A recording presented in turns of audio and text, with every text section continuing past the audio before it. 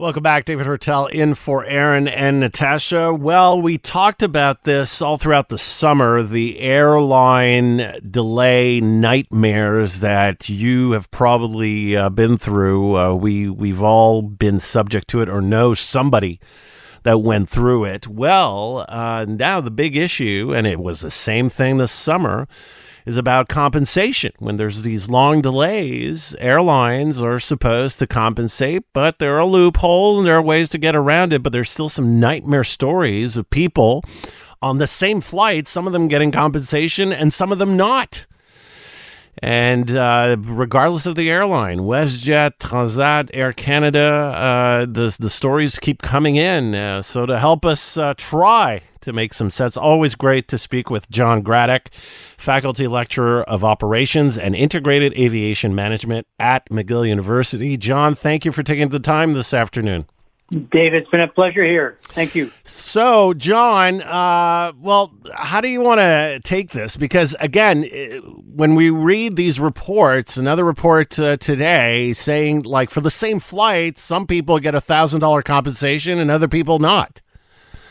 Well, what can I say? I think that the airlines are playing a little fast and loose with, their interpretation of what it is that qualifies individuals for compensation.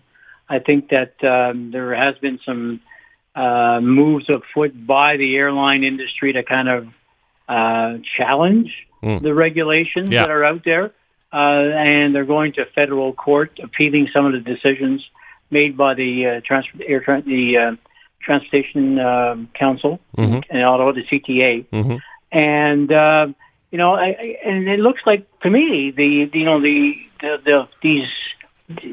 situations where individuals are being handled very differently for the same situation is really a fact that management really at the airline industry hasn't really given everybody very clear orders and very clear directives as to what should be considered a situation where compensation is due. And I think that that's a failing in terms of the management practices that are there. So John, maybe remind us what the rules are in terms of when a flight is delayed. When are you eligible to get compensation? If your flight is delayed more than 3 hours to the point of your arrival, so if you're scheduled to arrive at 8 p.m. on a flight, and they're putting you on another flight that gets you into your destination at midnight, you are eligible for $300 worth of compensation because your flight's been delayed more than 3 hours. If you're delayed between 6 and 9 hours, you've got $700 coming to you, and if you're delayed more than 9 hours, you have $1,000 that's coming to you. And so, you make your request to the airline? Yes, the initial process is that you basically gather as much information as you can from the airline. They typically will send you a email or an SMS message saying your flight's been canceled. Stand by. We're going to give you some more information. But don't throw any of those things out. Any communication you get from the airline about your itinerary or about travel plans, always keep them on file, and they'll be your proof of record of transactions or of communication that you are having with the airline.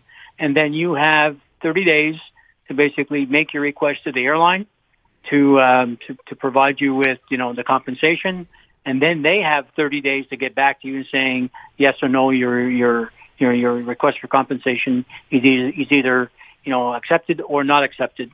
And once you've got that situation and it's not accepted, then you have the choice of appealing to the CTA, and then the CTA will acknowledge your receipt of your appeal, and they will start their own process going in terms of investigation. Now, all this, a lot of red tape, but the CTA, the council, that's free of charge, right? There are no costs involved with that. No, the Canadian Transportation Agency basically will do this as a service, as a public service to people who are appealing a decision by the airline not to pay compensation.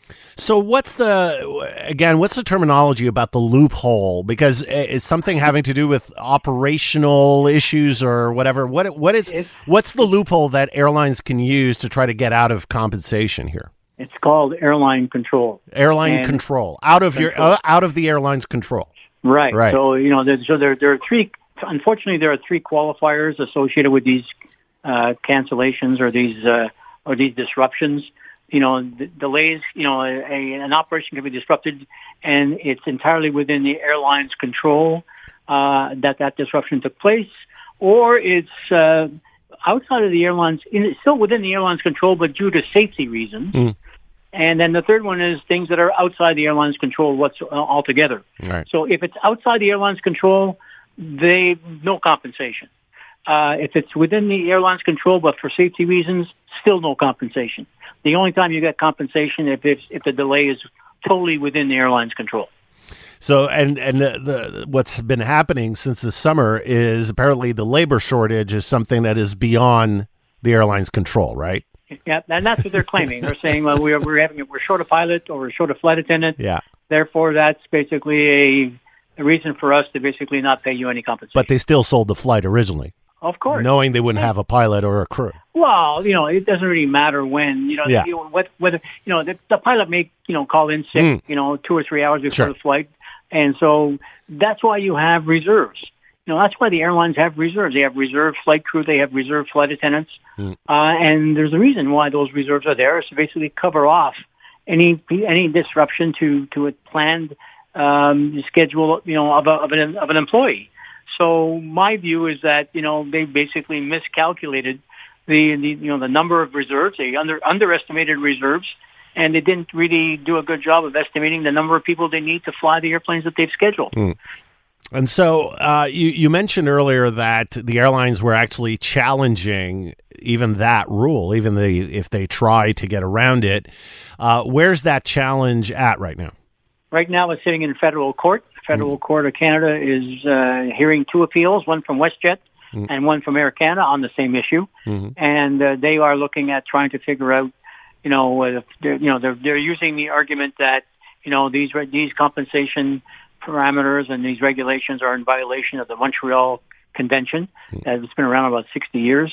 And that, they see these regulations as being much too onerous, and are trying to bail themselves out of it. So, and it's really interesting that the Europeans, under the EU regulations, have had these very similar type of regulations for the last 15 years, and no problems whatsoever. So I remember us talking, John, this summer about where the airline industry is going and the transformation of the industry. And here we are in November in the U.S. They're just coming up on the big Thanksgiving weekend travel period, which is the busiest period of the whole year in the U.S. Where is the airline industry going right now? Where are we at? We're a long way from stability, as far as I'm concerned. We still got a ways to go. We have some staffing issues that still remain. We have airlines that are still being very aggressive in the marketplace and putting a lot of schedules out there. And passengers are being subjected to a lot more of these delays than would normally be the case. So there's still a long ways to go before we reach some level of stability or saneness in the way in which we handle passengers today. So am I hearing that, what we went through last summer, it's reasonable to think we're going to have more periods like that in the next year or years to come? Well, no, I think that, definitely Christmas is not going to be a walk in the park. I think Christmas could be a little busy. January, February, March, spring break might show up to be a little tight, but that's not going to last too long. The next big wave that we're going to probably hit is May, when the European and then transatlantic and Asian services start to pick up again. So hopefully they'll get their act together by then. I'm not holding my breath. I'll just wait and see. So the best tip you can give us is? Take a car ride. John, always a pleasure. Appreciate the time. All right, David. Take care. Bye-bye. John Gradek, Faculty Lecturer of Operations and Integration Aviation Management at McGill University.